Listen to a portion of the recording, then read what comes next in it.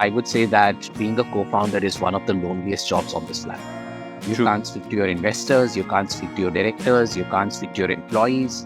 In many cases, you don't even want to speak to your family because you told them that I'm going to leave a job and I'm going to start this entire thing.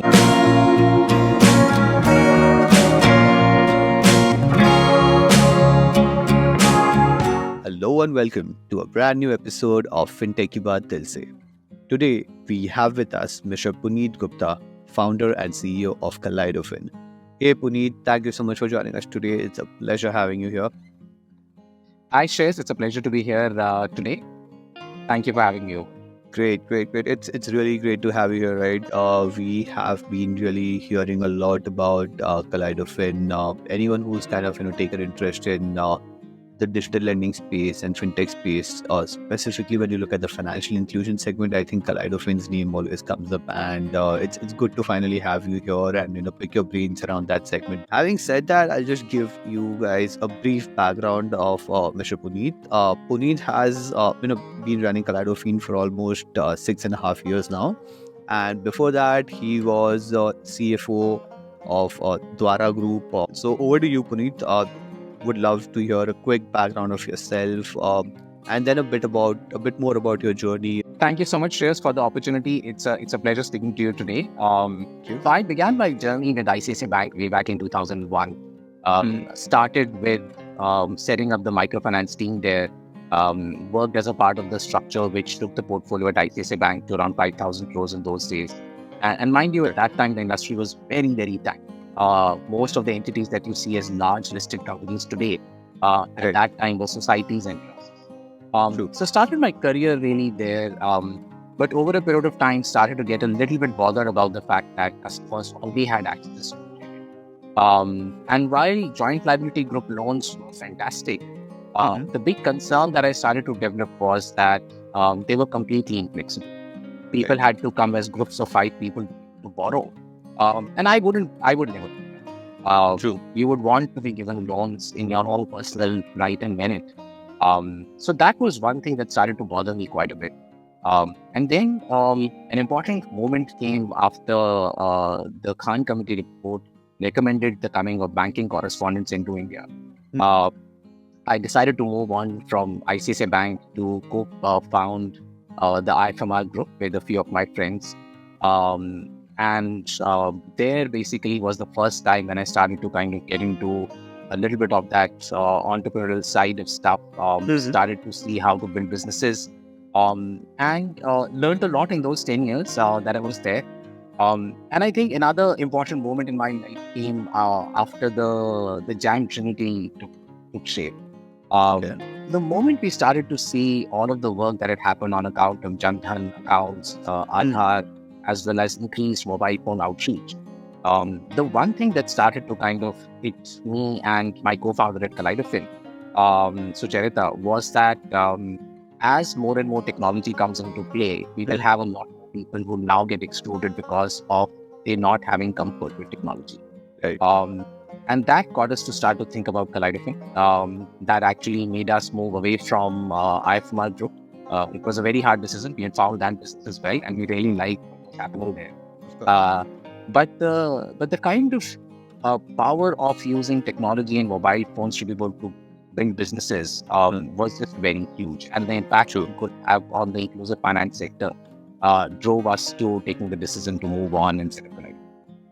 True. No, this is super interesting, right? And I'll just take a step back because something really piqued my interest when you said the Jam Trinity, right? Maybe it's just that I'm ignorant, but I was not aware of that term earlier. But when you said, right, Jandhan, Aadhaar, and mobile, it kind of really made sense, right? This is essentially what led to the financial inclusion revolution or the beginning of that movement that we are seeing right now, right? That is correct, Shreyas. I would still say that in the financial inclusion, we have a long way to go. But I credit all of the growth of the fintech business in India to these 3, and I would add a UPI along with it. The entire power of India stack, which started with the entire Aadhaar being introduced and the mobile phones being available to a large number of people. I think that's just changed the pace of India. 7 years ago or 6 years ago, all of the stuff that we are hearing about was kind of like fantasy. True. I would say that the two big things that have happened in this country was really Aadhaar and all the India stack that kind of followed. And of course, the big focus that came in by opening Jan-Dhan accounts and trying to say that the future is going to be digital and let's start to reduce cash usage. So very much, Shreyas, I'm one of those people who believes in the power of the Jam Trinity. Perfect. No, that makes a lot of sense. Thank you for that. I think that gives us a lot more context about yourself and Kaleidofin. Having said that, let's straight away dive into the first segment called Founder Story, where we'll talk a bit more about your experiences, your learnings, your mistakes of building Kaleidofin, as well as Dvara, since you have been a founding member there as well, right? Let's start off with the first thing, right? What essentially inspired you to build Kaleidofin? Yeah. So, Shreyas, very, very difficult question for me to answer. And I think there are times when I basically think a kind of a temporary moment of insanity. And I think that comes when you are an entrepreneur. But the moment we started to look at the problem that we were trying to solve, which was financial inclusion all the way through, even when we were in Dwara days, that was very much we were trying to make a dent.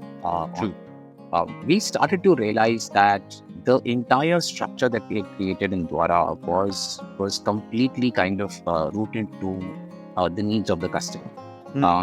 But the scale up of building a branch to be able to serve customers was just very, very hard. It was very time consuming. At the end of the day, that was the need of the hour. And I still think that a large number of customers need an assisted technology to do that. And I believe what Dwara is doing is fantastic. And I think that we need many more Dwaras or Dwara to kind of scale up in a big fashion.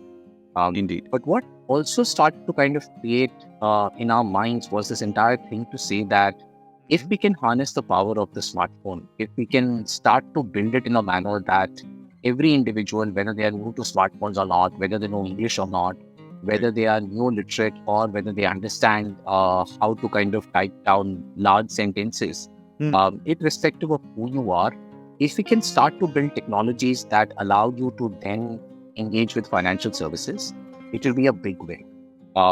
The second part of what kind of excited us was the challenge to say that most people don't really want to engage with finance. I don't know people who search in the morning to say, what is the next best finance app that I can download? So other part of the work that we thought could add a lot of value is that if we can start to connect finance to the goals of customers. And we thought that by simplifying the entire jargon that is there in finance, the two together, simplification and use of technology could get. So I think a little bit of what is possible started to become the big thing for me to make the transition. And sometimes when you start to see that the reality in which you're operating today and what you can achieve versus what you could achieve if the power of technology can be harnessed, I think the jump was exponential. And in that moment, in that instant, I think everything else became kind of unimportant. I keep getting reminded of this very interesting quote. It's from trying to kind of remember the name. Yeah, Hunter Thomas. He basically said, faster, faster, until the thrill of speed overcomes the fear of death. And I think there is this entire feeling of being able to achieve something so large that it just made a decision in no brain. Definitely makes sense, right? So ultimately, I think it all comes down to what problem statement inspired you, and you were already solving for that, and you found a way to kind of solve for that in a bigger way, and that is essentially what led to Kaleidofin and what it is today. Let's talk a bit about the early days of Kaleidofin and when you started building. Essentially, looking back, what was probably the most humbling moment that made you, kind of challenge everything that you know about the field, like that brought you to your knees, and how did you kind of recover from that?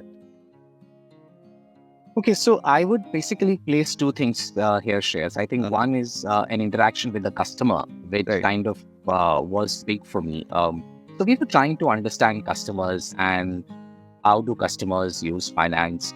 And I think we, as a part of understanding the customer better, we were trying to understand what happens to customers.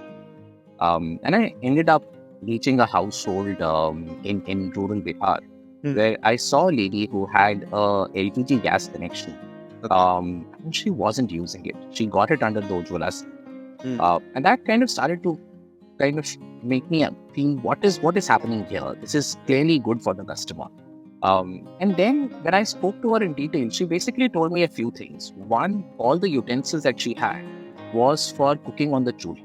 Okay. They didn't have anything which was a heavy vessel which could take the heat from the cooking gas. So the food would start to stick to the bottom. That was one thing that the second thing that she pointed out to me was that she goes to the fields to work. Her husband has migrated somewhere else. And what she told me was that I normally just feed rice and water in this vessel. And I just need enough firewood and then I can step out of my house.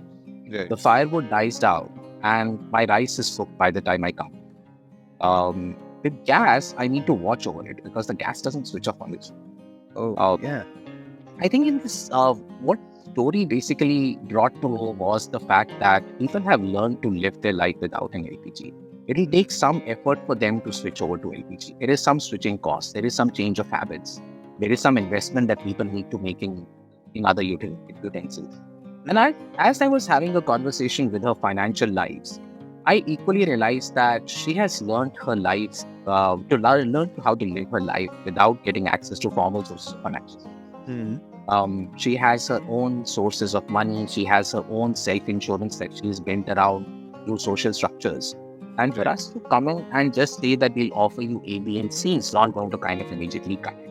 Of course. So I think part of our work then became how do we integrate into her life without using complex jargon, without talking about finance, but yet giving her financial services.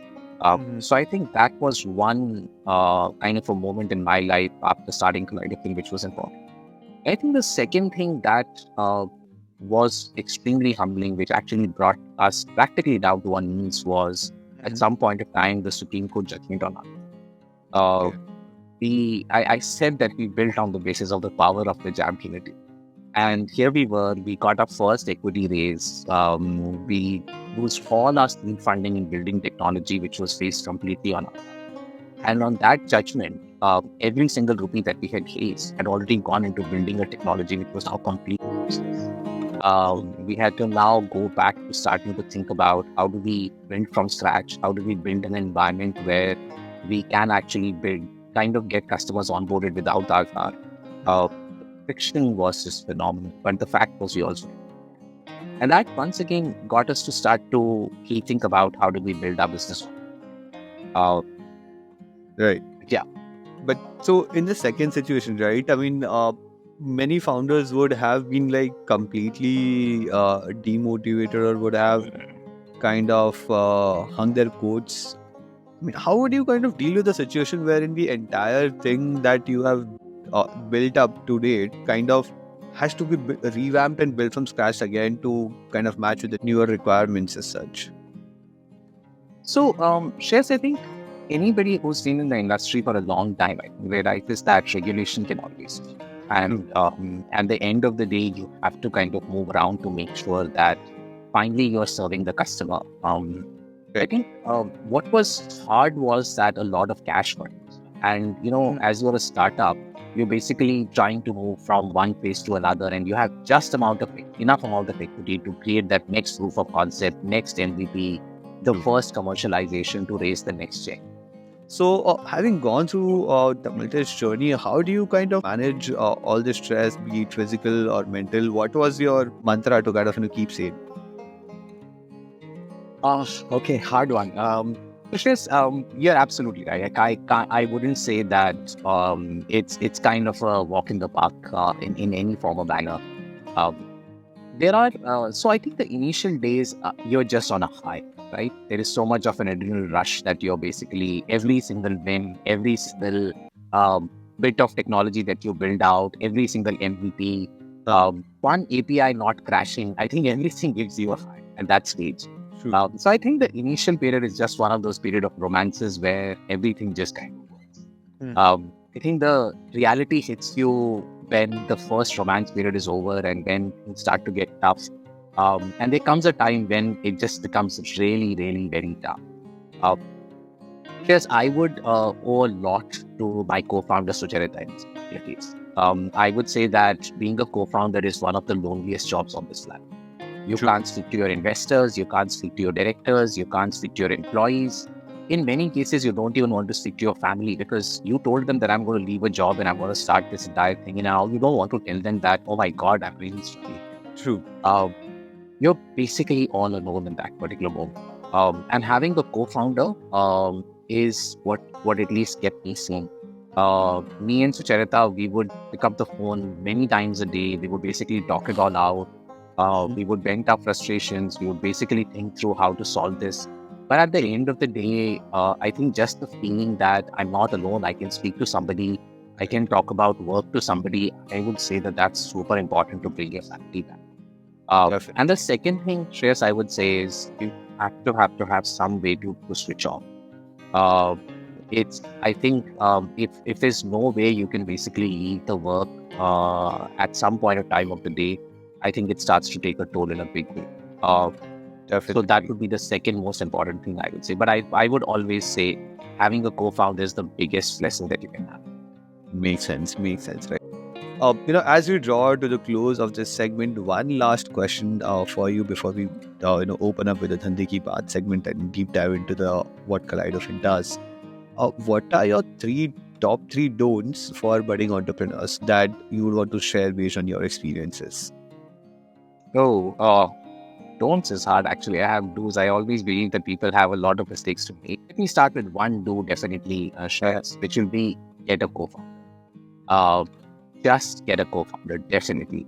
On don'ts, I would largely say don't have too many backup options for yourself. It makes it really easy to so I would say that would be my number one. A lot of the business is just about persisting and not giving. The second thing that I would say is that don't be the smartest guy you go. Hire people who are smarter than you. Build a team. Don't try to compete with your own teams. And I think unless and until you basically are making sure that every person who you're hiring is better than you in whatever role that you're bringing them, I think as an organization, you're not kind of going to sleep peacefully. So that would be my second big don't for people. And the third thing that I would say is don't be in a hurry to chase valuation. Build a strong business. Start really frugal. Don't raise a very large check.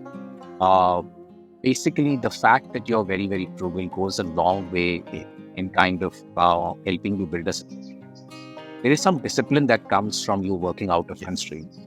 And that is perfect. No, I think this is really insightful. And specifically the co-founder piece, getting a co-founder, as well as what really intrigued me. The one was the last one where you said don't chase after the valuation, but actually try to spend the money really frugally as such. Given in the current scenario and rising cost of customer acquisitions for a lot of segments, seen a lot of people raising rounds every 8 months, 1 year, and blowing it up on and probably inflating their own CAC by doing that. And that ultimately is what comes to their undoing in a couple of years' time. So great advice. Thank you so much. I hope the audience really finds it insightful.